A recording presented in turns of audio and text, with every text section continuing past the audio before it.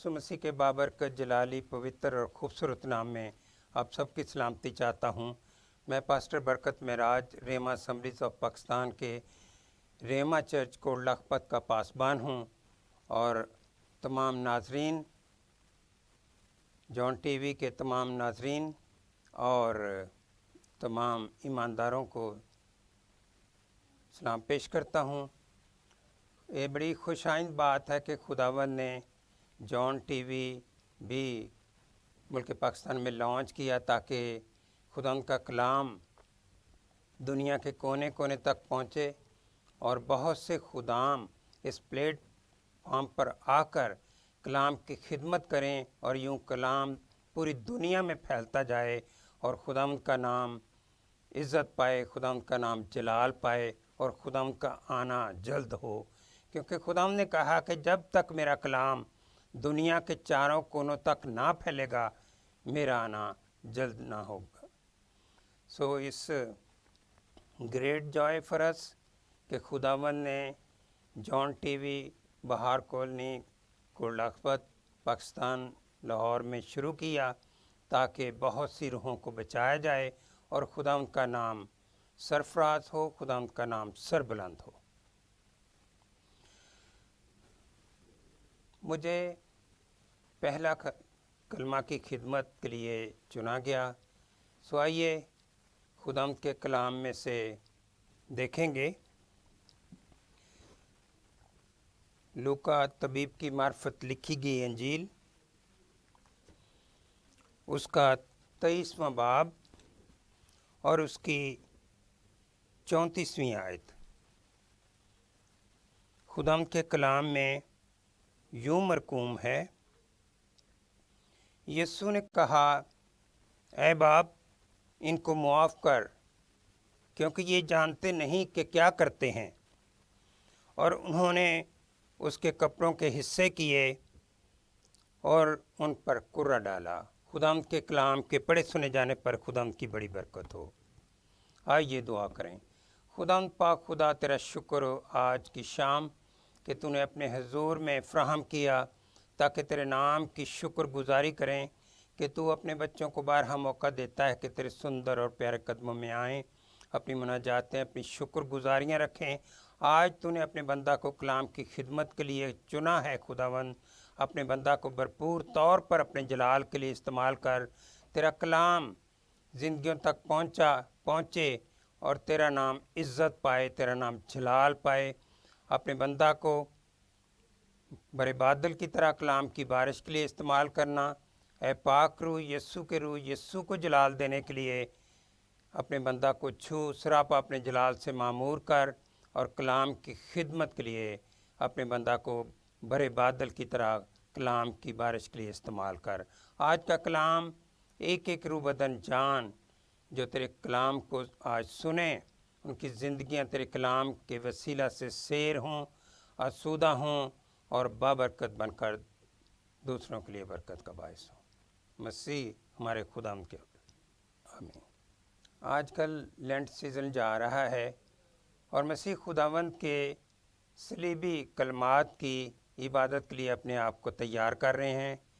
बाज़ TV channel मसीह खुदावंद के सलीबी कलमात की बरक़ात और कलमात को रिकॉर्ड करते हैं ताकि ये कलाम दूसरे लोगों तक पहुँचे। सो बड़ी खुशाइंद बात है कि जॉन टीवी ने भी कलमात की रिकॉर्डिंग का एहतमाम किया और इस सिलसिले में सलीबी कलमात में मेरा पहला कलमा है और पहला कलमा मुआफ़ी का कलमा है। यीशु ने कहा, ऐ बाप, इनको मुआफ़ कर, क्योंकि ये जानते नहीं कि क्या करते हैं। पहले 3 कलमात सूरज की रोशनी में खुदावंद यीशु मसीह के दाहिने मुबारक से कहे गए और ये तकरीबन सुबह के 9 से 12 बजे के दौरान बिल तरतीब कहे गए और आखिरी 4 कलमात तारीकी में कहे गए जो दोपहर से सपहर तक छाई रही। इस कलमे के मुताबिक यीशु मसीह खताकारों में शुमार किया गया। मरकुस 15 बाब उसकी 28 आयत में लिखा है, तब इस मजमून का वो नविश्ता कि वो बदकारों में गिना गया पूरा हुआ। बेशक उसने खताकारों की शफात भी की और कहा, ए बाप इनको मुआफ़ कर, क्योंकि ये जानते नहीं कि क्या करते हैं, क्योंकि गुनाह की मजदूरी मौत है। इसीलिए मसीह खुदावंद ने गुनाहगारों के लिए दुआ की कि ए बाप इनको मुआफ़ कर, क्योंकि ये जानते नहीं कि क्या करते हैं। इस कलमे के ताल्लुक़ से 3 पहलू जो हैं गौर तलब हैं। पहला जो है, ए बाप इनको मुआफ़ कर। यहाँ यीशु मसीह ने अपने सिताने वालों के लिए खुदा बाप से दुआ की, ए बाप इनको मुआफ़ कर, क्योंकि ये जानते नहीं कि क्या करते हैं। यहाँ ए बाप की इस्तिलाह जो है वो गौर तलब है। यीशु मसीह का खुदा के साथ ताल्लुक़ बाप और बेटे का है, और मसीह खुदावंद ने ही हमें ये तालीम दी है और दुआए रबानी में भी हमें सिखाया है कि जब तुम दुआ करो तो कहो, ए आसमानी बाप तू जो आसमान पर है। दुआए रबानी में भी ईमानदारों को इसी रिश्ते के ताल्लुक़ से सिखाया है। बाप एक प्यार, शफ़क़त, मोहब्बत और खूनी रिश्ते का भरपूर इजहार है। मसीह खुदावंद का खुदा बाप के साथ अज़ली बाप और अज़ली बेटे का ताल्लुक़ है। मसीह का खुदा के साथ बाप और अज़ली बेटे का ताल्लुक़ है, और ये रिश्ता यहाँ वो इसी रिश्ते के ताल्लुक़ से गुनाहगारों के लिए शफ़ात करता है और कहता है, ए बाप इनको मुआफ़ कर, क्योंकि ये जानते नहीं कि क्या करते हैं। बेशक अभी तक कफ़ारा का काम मुकम्मल होना अभी बाकी है।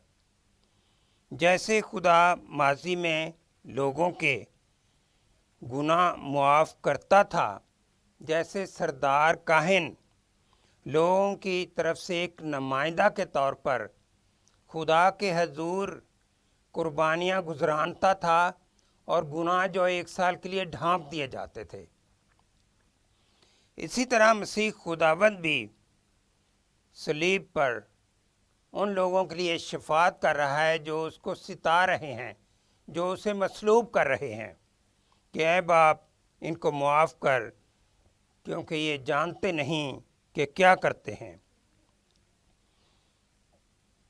वो एक दरमियानी और काहिन का किरदार अदा कर रहा था। बेशक बाप हमेशा अपने बच्चों को मुआफ़ करता है। ज़बूर 103 उसकी 12वीं आयत में लिखा है, जैसे पूरब से पश्चिम दूर है, वैसे ही उसने हमारी खताएं हमसे दूर कर दी। वो हमारे गुनाहों को याद भी नहीं करता और इतनी दूर फेंक देता है जैसे पूरब से पश्चिम। और आप जानते हैं कि पूरब और पश्चिम का कभी मिलाप नहीं होता, उसकी कोई हद नहीं होती। इसलिए हमें यकीन मुहकम रखना चाहिए कि खुदा हमारे गुनाह मुआफ़ करता है और वो हमारे गुनाहों को मिटाने पर कादर है। वो हमारी तमाम नाराज़गी को पाक कर देता है। दूसरा पहलू इसका ये है, क्योंकि ये जानते नहीं कि क्या करते हैं। पहला इसका पहलू है ला इल्म भीड़। सिपाहियों ने यीशु को मसलूब किया और उसके कपड़ों पर कुरा डाला। सब लोग खड़े हुए और ये माजरा देख रहे थे। सरदार काहिन ठट्ठे मार मार कर मसीह खुदावंद को कह रहा था कि इसने औरों को बचाया है, ये अपने आप को बचाए। बेशक अगर ये खुदा का मसीह और उसका बरगुज़ीदा है तो खुद अपने आप को बचाए। सिरका पेश करने वालों ने भी और सिपाहियों ने भी उस पर ठट्ठा मारा और कहा, अगर तू यहूदियों का बादशाह है तो अपने आप को बचा। इस लाइलम भीड़ में आम लोग, सिपाही और सरदार काहिन थे। सारी कौम ने मिलकर उसको मसलूब करने के लिए इत्तफाक किया और सरदार काहिन ने ना जाने में ये नबूवत की कि सारी कौम के हलाक करने की बजाय एक शख्स का मर जाना बेहतर है। उस वक्त के सरदार काहिन ने यही नबूवत की थी और ये नबूवत उसने अनजाने में की थी। पालूस रसूल ने भी कहा है कि अगर वो जानते तो जलाल के खुदावंद को कभी मसलूब ना करते। बेशक खुदावंद का मसलूब होना पाक नविश्तों के ऐन मुताबिक था। इंसान जानते और ना जानते हुए भी अपनी गिरी हुई सृष्टि की वजह से खुदा की मर्ज़ी के खिलाफ चलता है, सोचता है और काम करता है, हालांकि वो सब गलत काम कर रहा होता है। हर एक अपनी ही राह को फिरता है, अपनी ही मनमानी करता है और ये लाइल्मी का गुनाह तमाम नए अहदनामे में हमें बार बार मिलता है। पतरस रसूल ने कहा, तुमने गुनाह लाइल्मी में किया था, लेकिन खुदावंद मुआफ़ करने पर कादिर है। खुदा की मर्ज़ी के खिलाफ जो काम होते हैं बेशक वो गुनाह है, लेकिन खुदावंद मुआफ़ करने पर कादिर है। उसने हमारे माजी, हाल और मुस्तकबिल के गुनाहों को मुआफ़ फरमाया है। अहद अतीक में खुदा गुनाह मुआफ़ करता और गुनाहगारों की अदालत भी करता रहा और उनको मुआफ़ भी करता रहा। हमें भी अपने जाने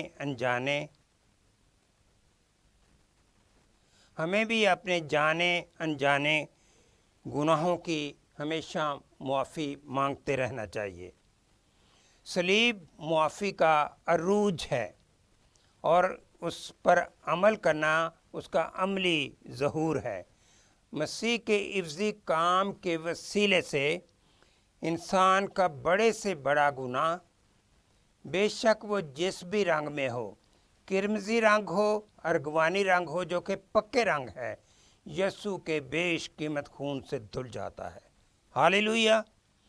पालूस रसूल मसीहों को सिताने वाला, उनको अजियत देने वाला और उनका कातिल था।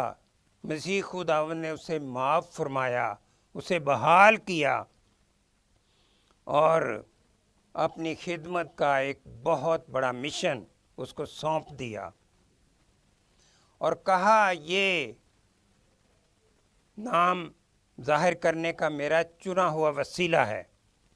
स्तिफनस ने भी ये दुआ की थी कि ऐ बाप, इनको मुआफ़ कर, क्योंकि ये जानते नहीं कि क्या करते हैं। संसार करने वालों के लिए मुआफ़ी चाहिए। दूसरा पहलू इसका ये है कि बदले की कुदरत का इस्तेमाल ना करना। यीशु मसीह ने ज़मीनी खिदमत में بے شمار معجزات کیے، اس کے پاس قدرت تھی، اس کے پاس اختیار تھا، لیکن اس نے کبھی اپنی قدرت، اپنے اختیار کو اپنے لیے استعمال نہیں کیا۔ وہ اپنے بچاؤ اور بدلے کے لیے 12 تمن فرشتے بلا سکتا تھا، باپ اس کے لیے بھیج سکتا تھا۔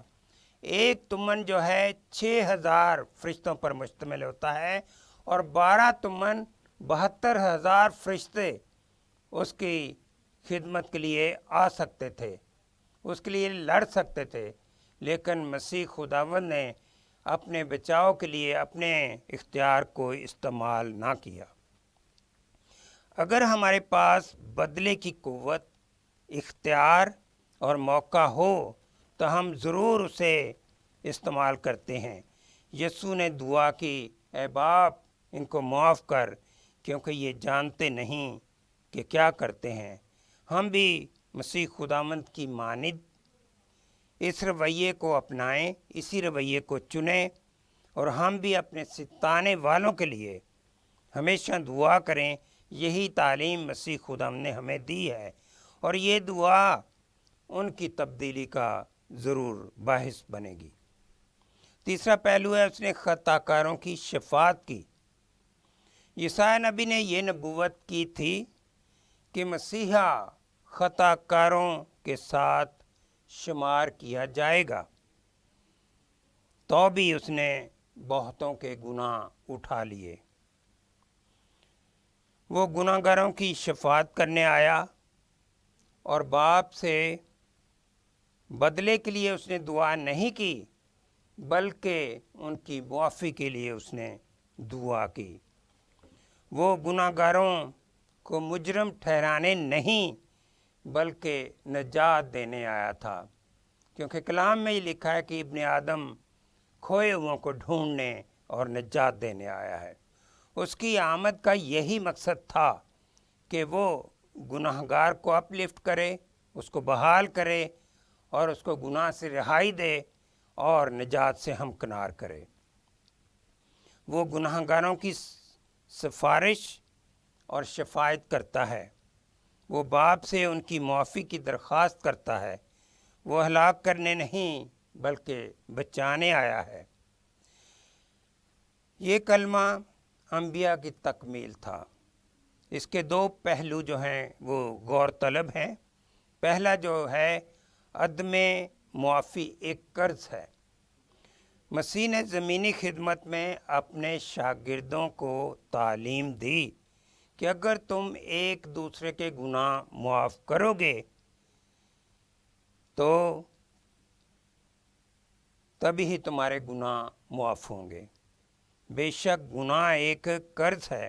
اگر ہم گناہ معاف نہیں کرتے، اپنے پاس ہی رکھتے ہیں، تو قرض جو ہے بڑھتا جاتا ہے، اور یہ قرض جو ہے ایک بوجھ کی صورت میں اختیار کر جاتا ہے، اور قرض ایک بوجھ ہے۔ اگر کسی کا ادھار اتارا نہ جائے تو یہ آپ جانتے ہیں کہ بڑھتا ہی جاتا ہے۔ مسیح نے جو سکھایا تھا وہ کر کے دکھایا۔ بعض اوقات معاف کرنا بہت ہی دشوار لگتا ہے۔ ایک مثال مجھے یاد آ رہی ہے کہ ایک خاتون کنونشن میں 3 دن سے جا رہی تھی، اور جب کالنگ ہوتی تھی تو کہتے تھے کہ اپنے گناہ کا اقرار کرو اور معافی پاؤ۔ تو وہ خاتون کی اپنے شوہر کے ساتھ سیپریشن تھی، اور وہ اس کے لیے معاف کرنا اس کو بہت ہی مشکل تھا۔ لیکن جب کالنگ کی گئی تو اس نے کہا میں معاف نہیں کر سکتا۔ پھر بھی خادم نے اس کو ابھارا، اور جب اس نے اپنے خاوند کو معاف کیا تو پھر سے ان کا رشتہ جو ہے استوار ہو گیا۔ ہاللیلویہ۔ بعض اوقات معاف کرنا بڑا دشوار لگتا ہے، لیکن جب ہم دل سے معاف کرتے ہیں تو اس کی ضرور تبدیلی آتی ہے۔ ہم مسیح کی طرف دیکھیں، وہ مصلوب کرنے والوں کے لیے بھی دعا کر رہا ہے، اے باپ ان کو معاف کر کیونکہ جانتے نہیں کہ کیا کرتے ہیں۔ پالوس رسول بھی یہی تعلیم دیتا ہے، معاف کرو۔ دعائے بانی میں ہم سیکھتے ہیں کہ جس طرح ہم اپنے قصورواروں کے قصور معاف کرتے ہیں، اسی طرح خدا باپ تو ہمارے قصور معاف کر۔ بے شک مسیح خداوند نے ایک مفلوج کے گناہ معاف کیے، نہ صرف معاف کیے بلکہ اس کو شفا سے بھی ہمکنار کیا۔ ایک بدکار عورت کے گناہ معاف کیے، صلیب پر بھی اس نے یہ کام جاری رکھا۔ پاک کلام میں لکھا ہے کہ ہم آپس کی محبت کے سوا کسی چیز کے کسی کے قرض دار نہ ہوں۔ دوسرا پہلا معافی کا یہ ہے کہ زندگی اور شفا کا باعث ہے۔ اگر ہم ایک دوسروں کو معاف کر دیتے ہیں تو ہمیں ہماری شفا بحال ہو جاتی ہے اور ہم زندگی سے ہمکنار ہو جاتے ہیں۔ مسیح نے صلیب پر بھی دوسروں کے لیے معافی چاہی۔ استفنس نے بھی اپنے سنگسار کرنے والوں کے لیے معافی کی دعا کی۔ مسیح نے لوگوں کی نجات کے لیے دعا کی کہ خداوند ان کو معاف کرے، اور معافی کے لیے، نجات کے لیے گناہوں کا اقرار جو ہے یہ امر بہت ضروری ہے۔ اور جب ہم خدا کو دیکھنا چاہتے ہیں تو ہماری زندگی میں کوئی گناہ نہیں ہونا چاہیے، کیونکہ خدا اتنا پاک و پوتر ہے، وہ گناہ کو دیکھ نہیں سکتا۔ اپنے گناہوں کا اقرار کریں تو خدا ہمیں پھر سے بحال کر دیتا ہے۔ اگر ہم اقرار کرتے ہیں تو ہمیں مکمل معافی، بحالی، ہماری صحت اور کامل شفا سے ہم ہمکنار ہو جاتے ہیں۔ گناہوں کا اقرار اور معافی خدا کے ساتھ رفاقت اور شراکت کا باعث ہے۔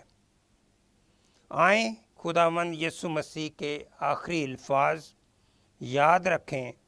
اس نے دردناک وقت میں بھی گناہ گاروں کو معاف کیا، اپنے ستانے والوں کو معاف کیا، اور اس نے ہمیں بھی یہ تعلیم دی ہے کہ اگر ہم اس پر عمل کریں تو ہم بحال ہو جاتے ہیں۔ ہم نہ صرف اپنے خداوند کے کلام کو پڑھیں اور اس کی تعلیم دوسروں کو دیں، بلکہ معافی کے پیغام پر ضرور عمل کریں۔ God bless you all.